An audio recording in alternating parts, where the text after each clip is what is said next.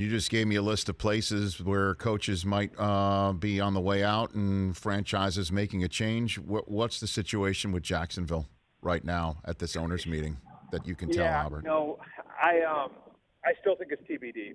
I think Shad Khan's obviously been very, very patient with coaches over the years. Gus Bradley got 4 years. Doug Marrone got 4 years. And I think this has got to be something where Shad Khan takes the temperature of his building. And, I think you go one of two ways. And I don't know that there's any other way to go. You either move on from Urban Meyer after this year, or you decide that you're going to double down on him, and that's going to have to include, changes on his staff and him bringing in guys that he can work with. Because clearly, and Tom Pelissero did a great job, reporting that stuff out for you guys. I think it's pretty clear that building isn't walking in lockstep right now, or else these sorts of stories don't get out. And I've heard some of this stuff too. You either have to move on from Urban and make that difficult decision and probably write some pretty big checks, or you have to double down on Urban and go and get guys that are, I guess, more in line with the way that he does things and give it another go in 2022. It's, like I said, I don't think any sort of final decision's been made on anything quite yet on it. But, those two, if you had asked Shad Khan 10, 11 months ago, what would your reaction be if these were your two options in December? He probably wouldn't be very happy about that. No, of course not. Certainly with Trevor Lawrence, hanging in the balance and his career and one of the greatest prospects that college has sent to the next level, or the fact that Jacksonville had dropped, in their laps. They earned, obviously, with their play last year. But, you mentioned right there the way that Urban does things. That's doing a heavy lift right there, because that assumes that it still works in the professional ranks. Because, the stories that you hear about how he challenged his coaches and things like that is exactly the stuff that he would do at Ohio State. Yep. That's exactly the stuff that might be happening behind the scenes. And players, Buckeyes, would never dare go across the field and chit-chat with, Michigan or Penn Staters or Michigan Staters saying, you have no idea what's going on around here, right, like the Jaguars did with the Rams. That's the difference between college and professional ranks. So the question is what can he change his reaction to losing? Because the way that he reacted in the preseason and throughout this season, through the Tom Pelissero quotes, you can't do that in the NFL when you're going to lose sometimes more than, let's just say, once every 2 years like he used to in college, right? Is that a fair question? Quite honestly, it was the question, I think, coming into the year, is the way he does things going to translate, and how is he going to handle losing? He's already lost 2 more games in Jacksonville than he did in 7 years at Ohio State. And, we've all seen, and everybody's seen it, the way he reacts. The way he reacted to losses at Florida, the way he reacted to losses at Ohio State. This is a very serious question. Can you handle, can you handle a league where, if you go 11-6, that's losing 6 times in a year, but that's a really good year. And if you're going to Jacksonville, that'd be a 10-win improvement. You know what I mean? So I think that's been management of failure, I think, was always going to be a big question.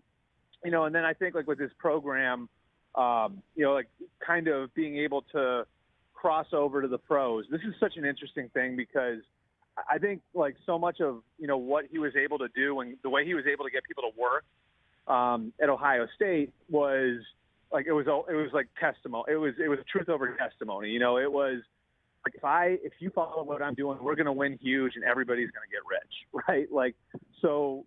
Can he push people the same way when maybe it's taking a little longer to get those results in the pros? This as well as I do, Rich. It's a lot harder to push guys in the pros that way if you're not giving them immediate results, because everybody's job is on the line every day of the week. And so that, to me, is going to be an interesting thing, to follow here over the next couple of weeks, presuming he survives the week, and where that building is going forward, especially with I would say, there should be urgency there to make sure that you've got your young quarterback in the right spot and with the right people. And, that leads to a bunch of big box questions that Shad Khan's got to answer. What's the sense there? What are people saying? I mean, this is a scuttlebutt industry that we're in. What is it? Walking around that building right there, that hotel. So here's what's interesting is I think Urban has determined. I apologize for the wind coming in here from Texas. I like the sense that I've got is that Urban feels like there are a number of weak links on his coaching staff, and he's responsible for that because he hired those guys. Yeah, right. And generally, what he would do in his previous stops, when that was there, is he'd get guys in a room, and he'd basically say, "What have you done for me lately? What are you doing to make us better today?" And he'd challenge guys, and in a way, it was the guys who knew maybe they weren't doing enough would feel uncomfortable, and eventually they get weeded out. And I'm not saying it's the right way to do things, but it took like a certain type of coach to survive in that environment. And quite frankly, Rich, your coaches probably aren't talking to the media the same way they do in the NFL. You know what I mean? Like, so that's a piece of it too.